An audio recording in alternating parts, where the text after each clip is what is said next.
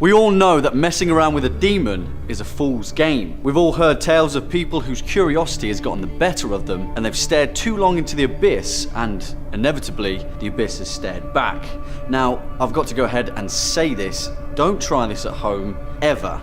But just in case you were curious, we've compiled a list of 5 scary demons that you should never, ever summon. You've been warned. Jumping in at number 5, we have Belial. Belial, whose name in Hebrew literally translates to worthless or yokeless, was canonized as the leader of the Sons of Darkness in the Dead Sea Scrolls. If you didn't know, the Dead Sea Scrolls are an ancient Jewish text discovered in 1947, which are believed to have been written before 400 BC and refer to a wide host of demonic beings. Seriously, it's spooky how much they name drop them. In these scrolls, Belial is described as both the King of Evil and the Prince of Darkness, which has led many to believe that Belial is a pseudonym of the devil himself. Belial is also known as the Lord of Lies and the Master of Deceit. Many texts refer to Belial as a devious figure who utilizes fornication, wealth, and pollution of the sanctuary to get exactly what he wants. However, in the Satanic Bible, Belial's name is suggested to translate as without a master and symbolizes independence, self-sufficiency, and personal accomplishment. It begs the question, whose side is Belial really on? Coming up at number 4, we have Surgat. In Latin, Surgat literally translates to rise and is the physical manifestation of rebellion and opposition. His angelic opposite is Aquiel. To be honest, Surgat is a minor demon and is pretty weak sauce compared to some of the guys on this list. But the thing that makes him pretty terrifying is his brush with a particular pope. Written between 1150 and 1227, the Grimoire of Honorius was written by Pope Honorius III with the intention of being specifically used by a priest. Pope Honorius was obsessed with the thought of Satan invading the mortal realm, and so began preparing the Catholic Church for a war. He wrote down his findings in this forgotten grimoire, which wasn't unearthed until 1760. Honorius began his training by purposefully summoning demons, and then banishing them again in a sort of weird, spooky, demonic boxing session. It proved quite effective, and the Pope soon started to get a handle on the armies of hell. He'd write down the name of each demon he fought and leave an elaborate explanation of their strengths and weaknesses. Kind of like a Pokédex, but for demons. That is until he came face to face with Surgat. All that was written in his section of the grimoire was that Surgat is he who opens all locks. That was the last demon that Pope Honorius noted down in his book. Makes you wonder what happened, eh? Next up at number 3, we have the Great Duke of Hell, Berith. Also referred to as Baal Berith, this guy is a pretty formidable dude. Known in the Infernal Dictionary as the Great Duke of Hell, Berith commands 26 legions of demons and is a pretty big player in the fiery depths below. According to Aleister Crowley's illustrated Goetia, those that attempt to speak with Berith soon learn that he's a formidable liar. Crowley refers to him as speaking with a clear and subtle voice, and is a liar when not answering questions. To speak with Berith, the conjurer must wear a silver ring and hold it clearly to their face in respect to the Great Duke. If not, Berith will consume the conjurer for not sincerely paying their respects. Berith is often depicted as a soldier, dressed in red clothes, riding a red horse and wearing a golden crown. His main function is to corrupt those that crave power, and is often found lingering on both sides of a war. In 1612, a nun from Aix-en-Provence was possessed by Berith. During the exorcism, Berith gave up his own name, as well as the names of all the other demons possessing her, but also the names of the saints who would be most effective in opposing them. That guy loves a good fight. Bringing it up at the rear at number 2, we have Pazuzu. Dating back to ancient Mesopotamia, Pazuzu is the king of the demons of the wind. He is the bearer of storms and the bringer of drought, and is often depicted with the body of a man, the head of a dog, and the talons of an eagle. In the possession case of Roland Doe, the story that inspired The Exorcist, Pazuzu is the chief demon that possesses the boy. He is known to be an incredibly intelligent demon and is renowned for scheming and corrupting the pure of heart. He takes most pleasure though from corrupting the purest of the pure, and is often depicted trying to possess children for sport. It is also thought that Pazuzu predates most other demons and is thought to be an Oberith, an ancient evil that manifested itself from the abyss and has been tied to Earth for millions of years. Strangely though, Pazuzu finds reference in a huge number of ancient societies, from Mesopotamia to Sumeria to ancient Babylon. In some, he is revered as a savior and protector, others a demon who should never be summoned. Followers of the Berith often carve wooden statues of the demon and worship him in the hope that Pazuzu will one day reveal his true name to them. No thanks. And coming in at the top spot, number 1, we have Azazel. Azazel, or Satan, or Lucifer, or the devil, or Baphomet. You know this guy. He's the king of all demonic possession, and he loves nothing more than a group of teenagers standing around a pentagram and beckoning him forward into the mortal realm. The Horn Prince is heavily related to the image of the goat, and we often see him depicted with hooves, horns, and a tail. But this actually has some substance to it. In Abrahamic society, a priest would whisper the prayers of a village into the ears of a goat, and then sacrifice it in the hopes that their prayers would be answered. But in fear of Azazel corrupting the goat, they select an extra goat, often referred to as a scapegoat, and use it as a decoy. They'd then send it out into the desert, hoping they'd wasted a little bit of time for the devil. Now, we all know that's probably not the case. He's a tricky one. In the Dead Sea Scrolls, Azazel is referred to in the Book of Giants and connects him with the story of the fallen angels. In this, he teaches men the art of war and also teaches women the art of witchcraft and painting the body. Generally, Azazel pops up in pretty much every possession story ever, and it's probably wiser just to avoid him altogether. Speak of the devil, and the devil shall appear. Number 10, we have the Alp.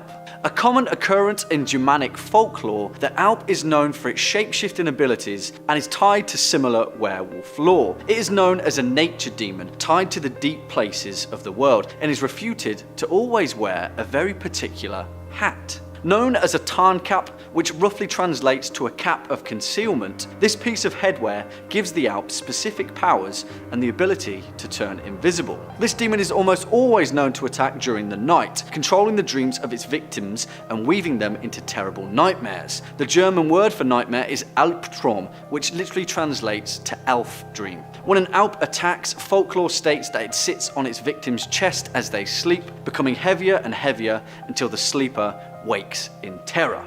Next up at number 9, we have Nybbas. Now, this guy is pretty obscure, but is referred to in the Infernal Dictionary as a member of the high upper gallery of hell. However, despite his position, Nybbas is seen in demonic society as a bit of an idiot, and is commonly referred to as a buffoon and a charlatan. Nybbas popped up incredibly frequently in ancient Babylonian scriptures, where he was often found pretending to be Nabu, the god of writing, and developed a devoted following across many major Babylonian cities. He was described as the one who fixes destinies, often illustrated as a large, bulbous humanoid man with horns and hoofed feet. Nybbas decorates himself in regal attire with precious gemstones and jewelry. The worrying part, though, is that he is said to rule over visions and dreams, and Nybbas is the one who pulls the strings behind the curtain of sleep. Coming in at number 8, we have Leshy. Leshy, or the collective Leshys, are an earth demon that hails from various Slavic forest regions and is similar to the Polvic forest sprite.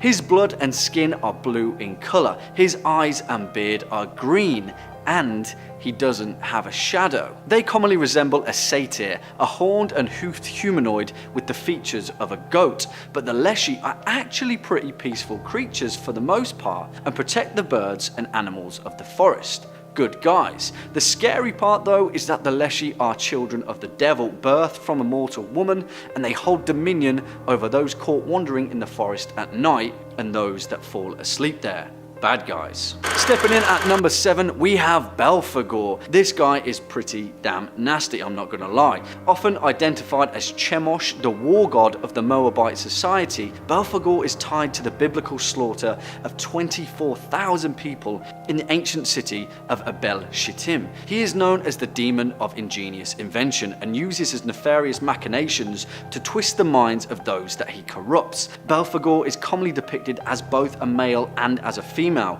where he takes on the guise of both the moon and the sun, respectively.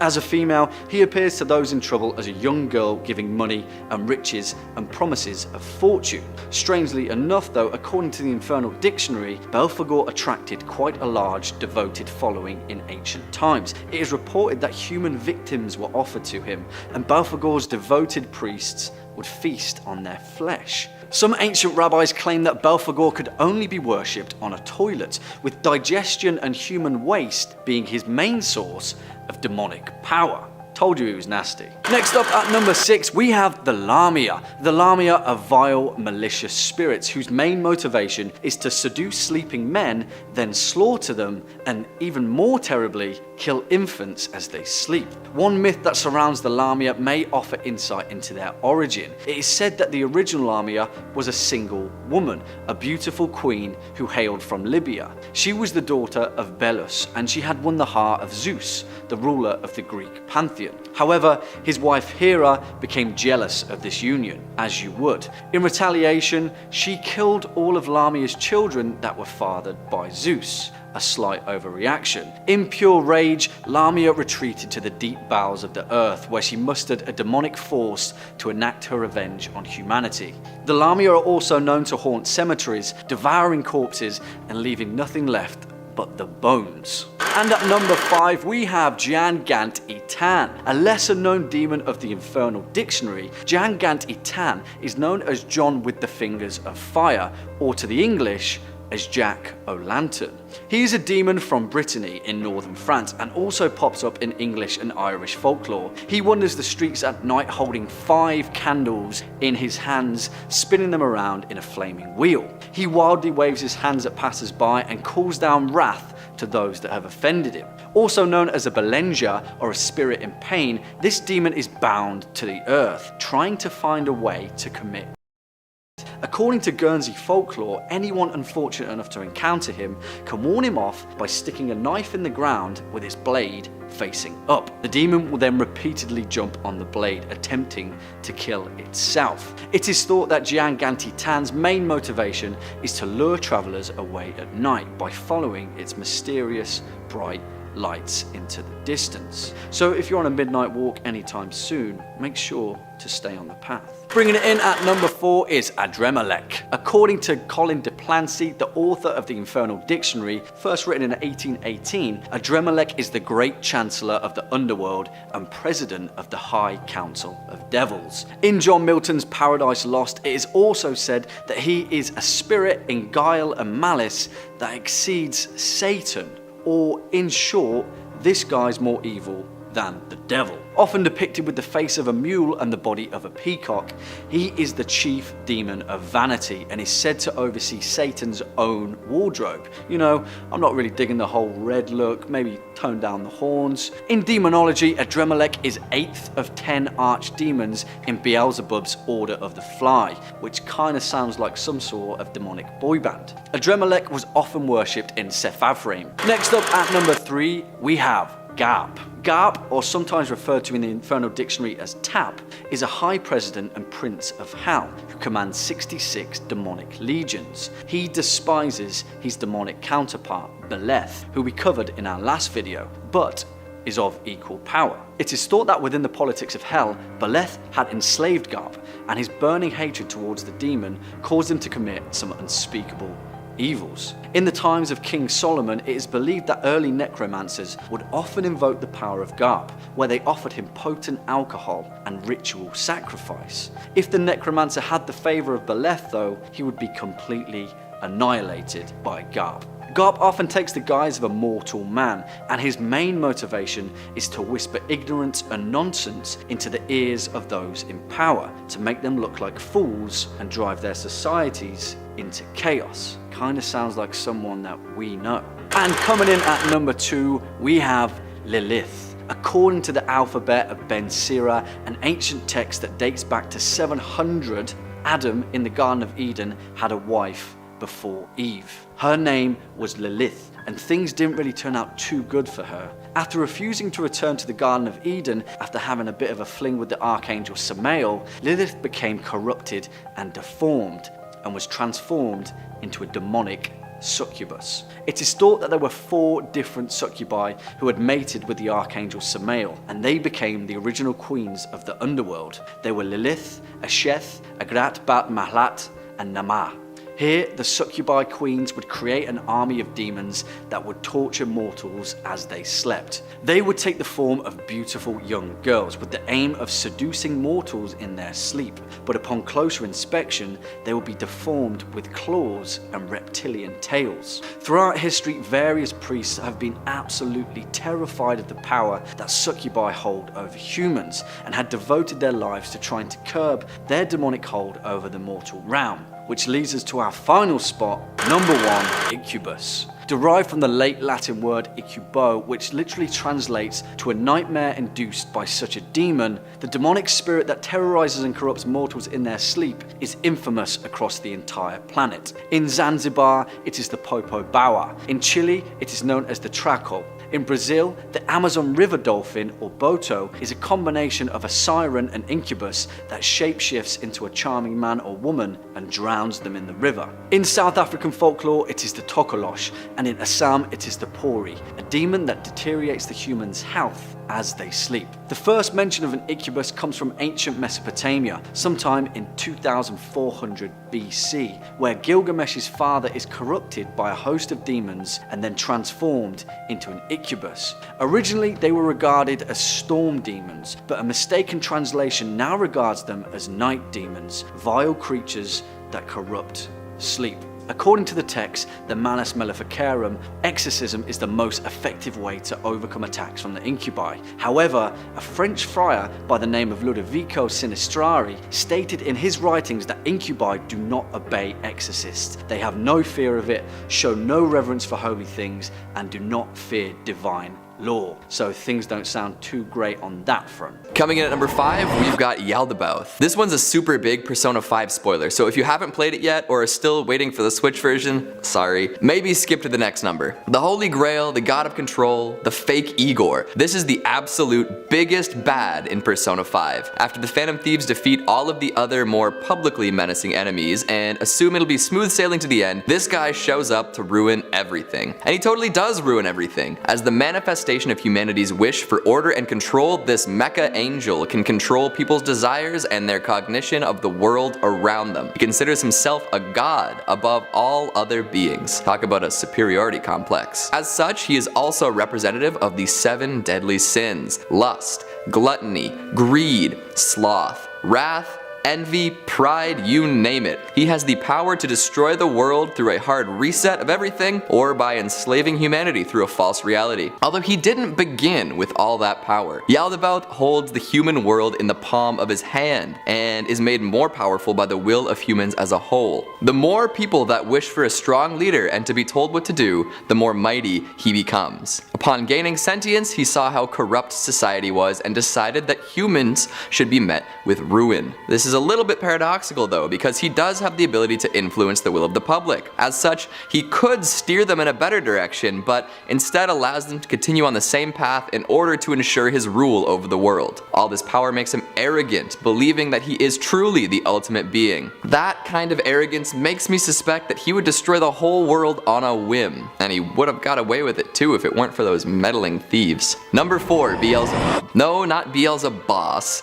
This demon isn't quite as sick nasty on the drums. However, he is the demon of gluttony, the devil of pride, the false god. He's one of the 3 most prominent and powerful of the fallen angels alongside Satan and Leviathan. This guy sits atop Hell's hierarchy like it's nothing. Known for causing jealous murders and inciting wars, this is another demon who loves to watch the world burn. His aim is to cover the world with terror and corruption. And that's not too hard for a demon with dominion over decay and decomposition. You'll know it's him by the swarms of flies that surround him, or if he decides to transform into a giant hideous fly himself. And unlike Seth Brundle, Beelzebub can change back into his human form, no problems. These flies can even carry souls into the abyss. There are a few ways this fiery fly fellow might end the world. One would be raising an army of chaos at the drop of a hat. Yeah, that would be bad. Although, if I know anything about demons, I would say he might try some other stuff first. As a demon of gluttony, it's likely that his plans are already in effect. He could be very well influencing powerful humans, getting them to encourage overconsumption across the board. Why else would we be eating fast food and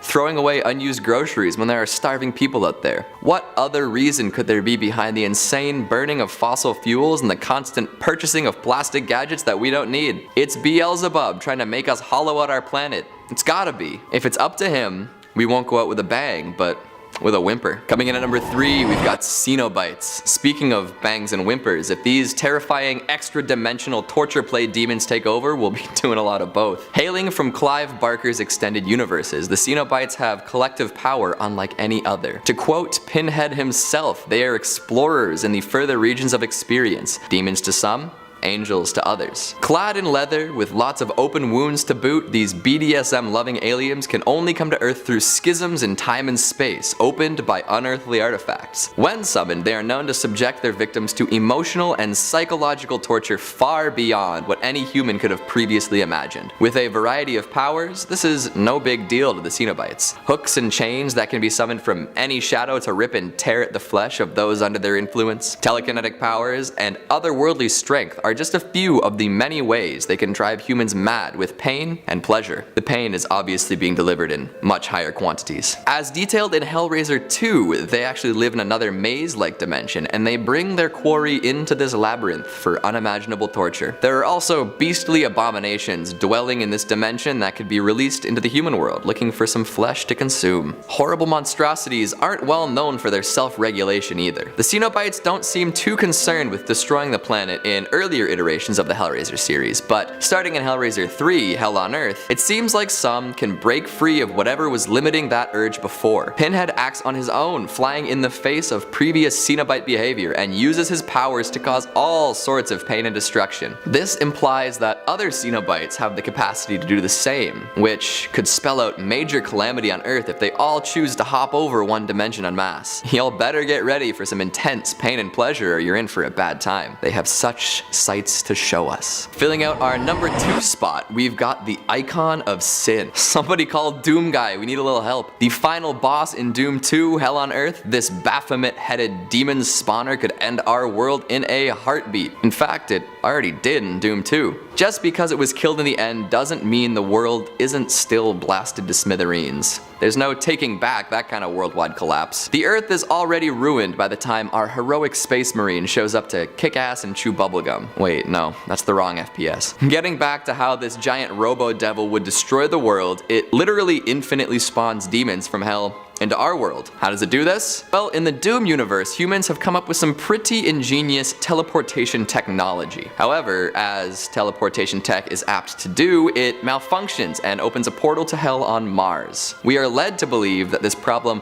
only exists on Mars in the first game, but that would be too convenient, wouldn't it? In Doom 2, more portals open on Earth, and the Icon of Sin gets to chill in the bowels of hell and fire demon after demon through these portals to cause humans a whole lot of trouble. And if we're being real, nobody on Earth even comes close to the demon-slaying capabilities of the fictional Doom Guy. So if these portals open, and if this metal-headed brain demon decides to spawn a bunch of Hellions in the city streets, it's all over. And filling out our number 1 spot, we have the Saint of Killers from Preacher. Of all the demons on this list, only one has successfully killed both Satan and God. Yes, I did say a demon killed God. That deity-ending demon is the Saint of Killers from Preacher. Once a bloodthirsty Confederate soldier known as the Butcher of Gettysburg, the Saint of Killers decided to settle down with a woman and find peace. Still a man at this point, he fell in love, had a family, and was happy. Sadly, he lived in a time where medicine was scarce and happy endings even scarcer. Disease took its toll, and his family died when he was out looking for a cure. Upon finding their corpses, the last sliver of good inside him disappeared, and he became a force of pure hatred. He walked through the town of Ratwater and slaughtered every single citizen. Upon emptying out the local saloon, he took a shot and was killed by a tornado. His hate did not max out there though. No way. Instead, he was damned to hell and forced to relive his family's death over and over. Each time, he also lived through his slaughter of the Ratwater populace. Soon enough, he's sprung from hell to seek out and kill Jesse Custer, and well, the rest is history.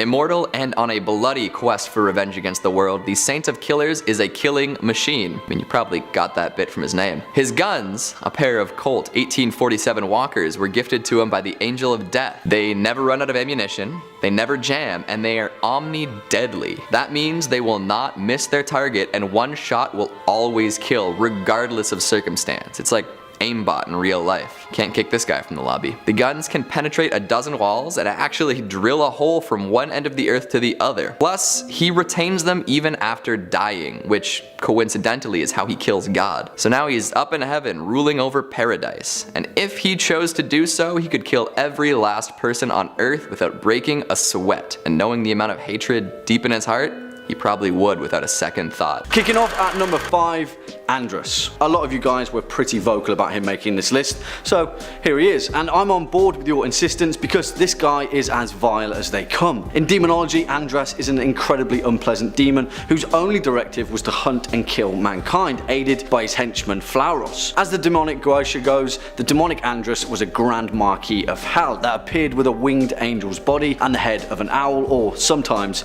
a raven. It rides upon a strong black wolf and wields a sharp flaming sword. His main responsibility is to sow discord amongst humanity, teaching those who he favours to kill their enemies, their masters and their servants. It is thought that he was often summoned by military leaders who would use his abilities to incite wars that would last for decades, resulting in a new definition for people, the planet and the political landscape.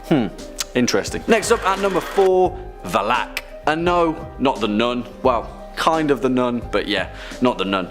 This guy is starting to get some real traction in popular culture, which, well, is kind of worrying. In the Lesser Key of Solomon, Valak is listed as the 62nd demon of hell, but is often attributed as a grand president of the demonic depths, or the city of jewels in several Sumerian texts, who thusly relies on his guile and manipulation of others. He is known as the Marquis of Snake, often attributed with the power to locate, summon and control any serpent at will. Valak is often attributed to having the power of finding treasures, or in other terms, the power of divination and demonic insight, which he often uses as a means to discern his victims' true desires and tempt them with it. In the Dictionnaire Infernal, written by Colin de Placey and first published in 1880, Valak is depicted as a small cherub-like child with wings riding atop a two-headed dragon, which is an accurate representation of how he uses the appearance of guile and deceit to manipulate his enemies. Next up at number 3, the Botchling, which technically is a blanket term, but it kind of rolls off the tongue, doesn't it? Whether you call it the Porinish or the Drekavac, this malicious demon from Slavic mythology is something that you should just totally avoid altogether. In Slavic folklore, these demons were believed to come into existence from stillborn fetuses, but also from improperly buried remains of children that had died during infancy. If you've played The Witcher 3,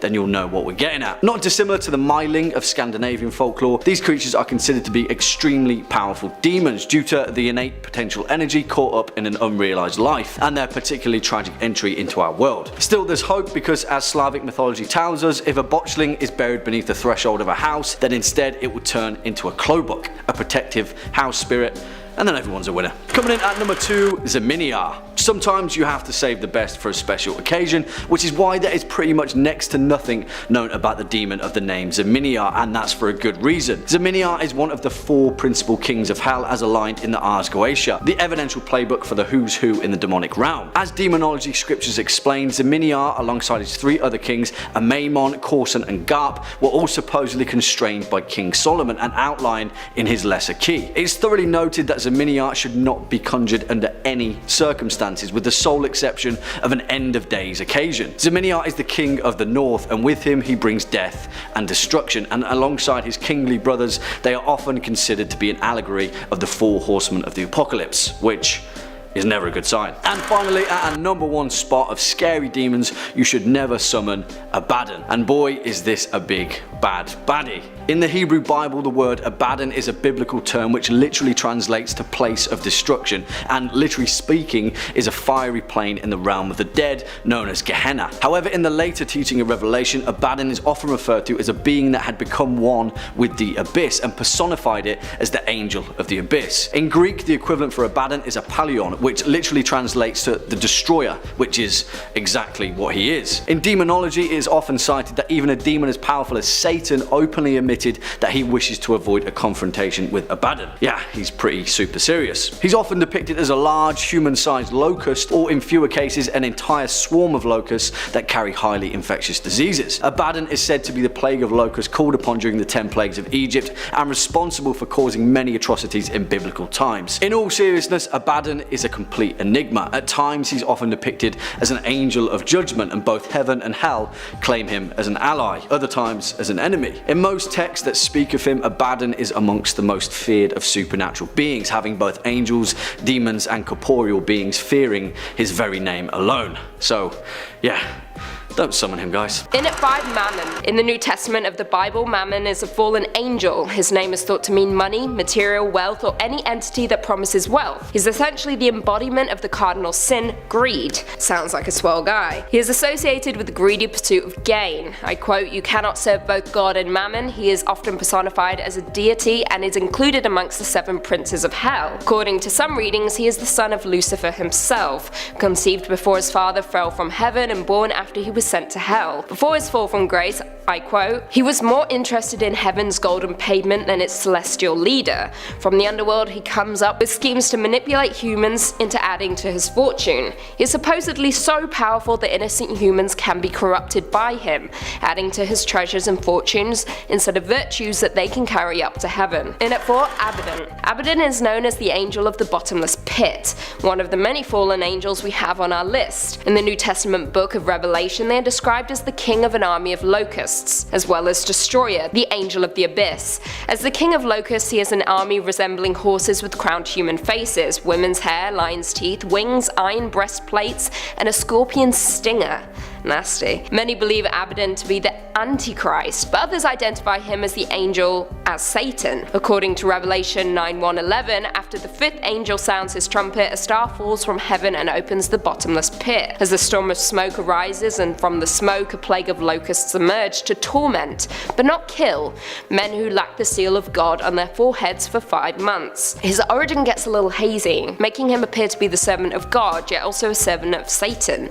Guess it's up to you what you believe. In at 3, Belphegor. Belphegor, along with a few other numbers on our list, is a demon and one of the 7 princes of hell. His powers are of seduction, seducing people with money and inventions, promising endless riches. His role as a demon is to turn humans against each other through means of wealth. He uses our gluttonous desires to drive man to evil, promising fortune in the end. Other reports label him as Hell's ambassador to France. Odd title. And his adversary is Saint Mary Magdalene, one of the patron saints of France. His origin is that of a fallen angel and a false god that Moses handed down the death penalty for worshipping. He was dispatched to earth by Satan to deceive mortals, often taking the form of a beautiful woman, typically naked. Although sometimes he can appear as a demon, sporting leathery flesh, horns, sharp teeth, and a gaping mouth, ready to destroy mankind. In at 2, Beelzebub. Identified in the New Testament, Beelzebub is the prince of demons. He holds a high position in Hell's hierarchy and supposedly led a successful revolt against the devil. He is the chief lieutenant of Lucifer, the emperor of hell, and is often placed among the 3 most prominent fallen angels, the others being Lucifer and Leviathan. He is capable of flying, which is the worst, and is known as the Lord of the Fires or the Lord of the Flies. Beelzebub is rumored to be responsible for many demonic possessions throughout history. One of the most famous is the possession of Annalise Michel, a teenager who was diagnosed with epilepsy before a number of exorcisms were later performed, eventually resulting in her death. Beelzebub was also believed to be sowing his influence in Salem, Massachusetts. His name was repeatedly mentioned during the Salem witch trials. And finally, in at number 1, Lucifer. In classical mythology, Lucifer, meaning the bringer of light, was the name of the planet Venus, though in many cases Lucifer was represented as a winged child pouring light from a jar, or even a man bearing a torch. Now in Christianity, as we know, Lucifer became so obsessed with his own beauty and intelligence that he began to desire the honor and power that belonged to God, corrupting him and forcing God to cast him down to the underworld. It is also noted that once he was cast down, he changed his name from Lucifer to Satan, meaning adversary, and following the second coming of Christ, he was bound to the pits of hell during the 1,000-year millennial kingdom over which Christ ruled. All in all, Satan is widely known as the devil himself, an evil entity that seduces humans into sin. He possesses power over the fallen world and a host of various demons, induced Judaism, Satan is regarded as an agent subservient to God. There is no answer to whether Lucifer and Satan are two separate entities or whether Lucifer's fall from heaven created Satan, but an examination of several passages reveals that he can be none other than Satan, the devil himself.